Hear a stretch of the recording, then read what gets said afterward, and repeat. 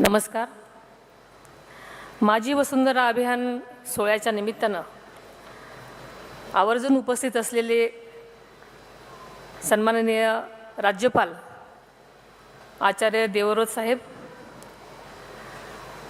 महाराष्ट्र विधानसभा अध्यक्ष ॲडव्होकेट राहुल नार्वेकरजी, ज्यांच्या मार्गदर्शनाखाली हा संबंध सोहळा चाललेला आहे, अशा पर्यावरण मंत्री पंकजाताई मुंडे, राज्याचे मुख्य सचिव श्री राजेश अग्रवाल,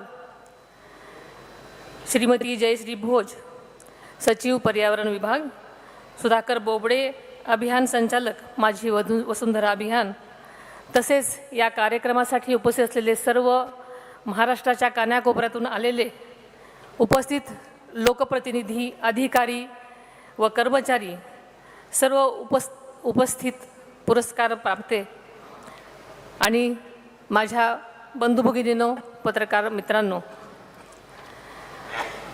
माझी वसुंधरा अभियान 4-5 अंतर्गत उत्कृष्ट कामगिरी करणाऱ्या स्थानिक स्वराज्य संस्थांचा सन्मान सोहळ्यानिमित्त आपण सर्वजण इथे जमलेलो आहोत. आजचा दिवस आपल्या सर्वांसाठीच अतिशय आनंदाचा, अभिमानाचा आणि ऐतिहासिक असा क्षण आहे. कारण आज आपण निसर्गाशी नातं जोडणाऱ्या आणि पर्यावरण रक्षणासाठी उत्कृष्ट काम करणाऱ्या स्थानिक स्वराज्य संस्थांचा गौरव करत आहोत. माझी वसुंधरा अभियान 4-5 मध्ये उत्कृष्ट कामगिरी करणाऱ्या सर्वच पुरस्कार प्राप्त स्थानिक स्वराज्य संस्थांचं मी सुरुवातीलाच मनापासून अभिनंदन करते. आपल्या सर्वांनाच शुभेच्छा देते. आज आंतरराष्ट्रीय मातृभाषा दिनसुद्धा आहे. आपल्याला भाषा आणि संस्कृतीप्रेमी जागरूकता निर्माण करण्याचा हा दिवस आहे. या दिनाच्याही आपल्या सर्वांना मनापासून शुभेच्छा देते. आत्ताच पंकजाताईंनी सांगितल्याप्रमाणे पृथ्वी, वायू, जल, अग्नी आणि आकाश या पंचतत्वांचं जतन करणं ही आपली संस्कृती आहे. हे आपलं कर्तव्यसुद्धा आहे.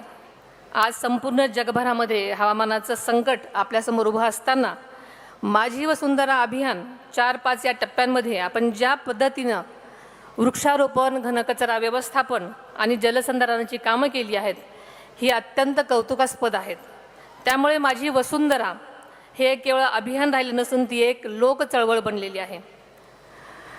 पर्यावरण संरक्षण आणि शाश्वत विकासाचा विचार करताना आपल्याला दिवंगत उपमुख्यमंत्री अजितदादांची आठवण आल्याशिवाय राहत नाही.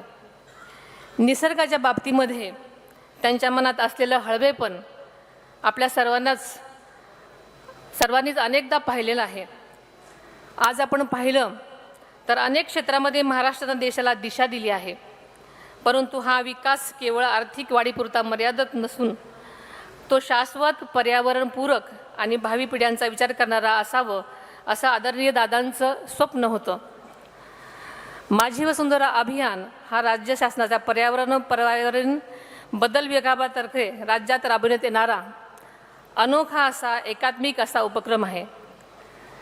अभियानाची रचना कार्बन पृथक्करण, हरित वायूंचे उत्सर्जन कमी करणे आणि नागरिकांमध्ये शाश्वत जीवनशैलीचा प्रचार करणे ह्या 3 स्तंभावर आधारित आहे.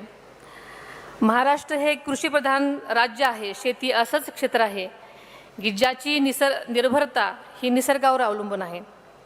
जमीन, पाणी, हवा या नैसर्गिक घटकांवरती शेती अवलंबून आहे, आपल्या सर्वांनाच माहिती आहे. त्यामुळं वातावरण बदलामुळे सर्वात जास्त प्रभावित हे आपले शेतकरी बांधव होत असतात. याची नोंद आपण सर्वांनीच घेतली पाहिजे. हरित महाराष्ट्र योजनेअंतर्गत राज्यामध्ये 1,00,000 हेक्टर बांबू लागवडीचे उद्दिष्ट निश्चित करण्यात आलेलं आहे. मनरेगा योजनेतून बांबू व्यतिरिक्त वाळा, शेवगा, फळपीक, फुलपीक, इतर वृक्ष, तुती लागवड आणि कुरण विकासाचे करण्यासाठी शेतकऱ्यांना प्रोत्साहित केले जात आहे. बांबू उद्योगाला प्राधान्य देण्यासाठी राज्य शासनातर्फे 1,534 कोटी रुपयांची तरतूद करण्यात मान्यता देण्यात आलेली आहे. या अभियानांतर्गत ज्यांना पुरस्कार मिळालेला आहे त्यांची जबाबदारी आणखीनच वाढलेली आहे. कचरा व्यवस्थापन असेल तर इतर गोष्टी असतील, त्यामध्ये विकास करत असताना नवीन तंत्रज्ञानाचा आपण अवलंब केला पाहिजे.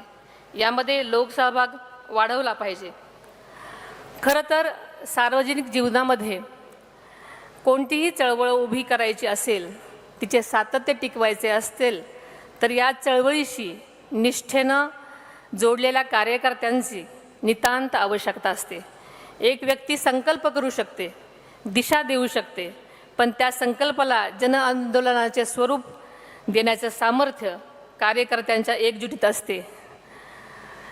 खरं तर आपल्याला माहिती नसेल, मी स्वच्छता अभियानाच्या कामात प्रत्यक्ष अनुभवलेले अनेक क्षण आहेत. जेव्हा एखादा सामान्य कार्यकर्ता मनापासून पेटून उठतो आणि त्या कार्याला स्वतःचं ध्येय मानतो, तेव्हाच चळवळ यशाच्या दिशेने वाटचाल करू शकते. आदरणीय अजितदादा आणि आर आबांच्या कालखंडात उभारलेली ग्रामस्वच्छता आणि निर्मल ग्राम चळवळ ही देशासाठी आदर्श ठरली. गावांगावात निर्माण झालेला लोकांचा सहभाग, महिलांची, युवकांची भूमिका आणि स्वच्छतेकडे पाहण्याचा बदललेला दृष्टिकोन, त्यामुळे ही चळवळ केवळ शासकीय योजना न राहता लोकांची स्वतःची चळवळ बनली.